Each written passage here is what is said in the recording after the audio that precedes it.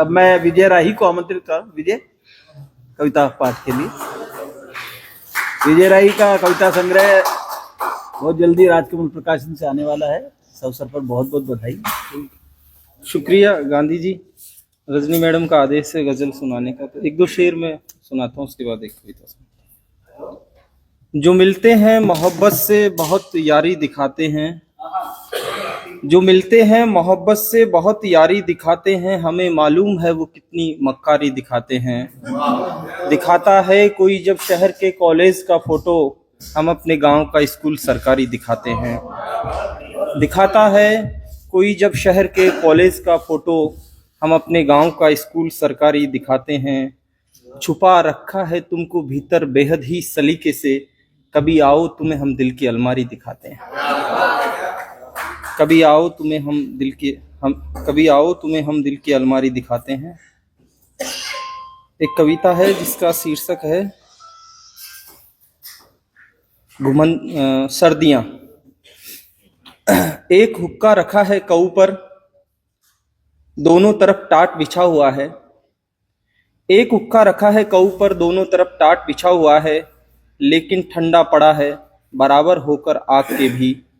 हुक्के और कऊ की आग रह रह कर चमकती है, भीतर चूल्हे की आग भी बीच बीच में हाथ बटाती है। एक कविता है, इसका शीर्षक है घुमंतु।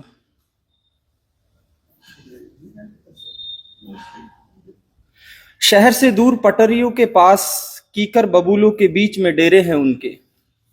शहर से दूर पटरियों के पास, कीकर बबूलों के बीच में डेरे हैं उनके। यह एक सर्दियों की शाम थी जब हम मिले उनसे। जीव जनावर लौट रहे थे अपने अपने दड़बों में, बच्चे खेल रहे थे आंगन में पिल्लों के साथ।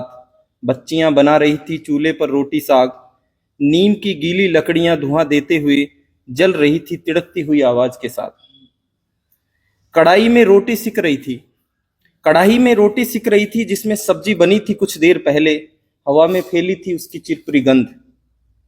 मैंने पूछा कि तवे क्यों नहीं लेते काम, वे बोली हम तो घुमंतु है साहब, कौन 10-10 बर्तन रखे पास, और कहकर पारसी भाषा में हंसने लगी। Parsi code language. होली दिवाली आते हैं हम गांव, फिर लगा जाते हैं कच्चे पक्के डेरों के ताले। साल 6 महीने में संभालते हैं घर बार, कोई मर भी जाता है नुक्ता दिवाली पे करते हैं ताकि सब लोग शामिल हो सके।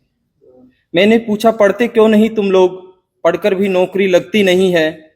बीए की है डेरे के कुछ बच्चों ने, पर कोई मतबल नहीं। हम तो घूमते रहते हैं सालों साल, आसाम, महाराष्ट्र, कश्मीर, नेपाल, अरुणाचल, पश्चिमी बंगाल भी जाते हैं। 15 दिन का परमिट बनवाते हैं, फुटपाथ पर सो जाते हैं। पुलिस परेशान भी करती है, 2 लोग तो उधर ही मर गया हमारा। गुजरात में सांप खा गया था उनको, फिर भी पेट की खातिर बाहर जाना पड़ता है। घूमना ही हो गया है अब तो हमारा स्वभाव। लॉकडाउन में गुवाहाटी में फंस गए थे, निकल गई थी आखिरी ट्रेन, बसें भी हो गई थी बंद सब। ट्रक में बैठे थे आने के लिए अपने देश जयपुर, लाठी चार्ज कर दिया पुलिस ने।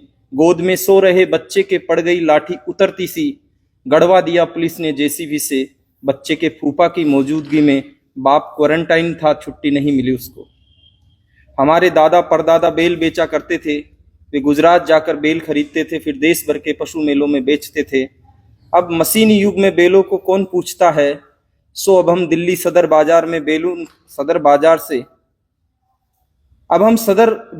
बाजार से बैलून खरीदते हैं और लाल बत्ती चौराहों पर बेचते हैं। शुक्रिया।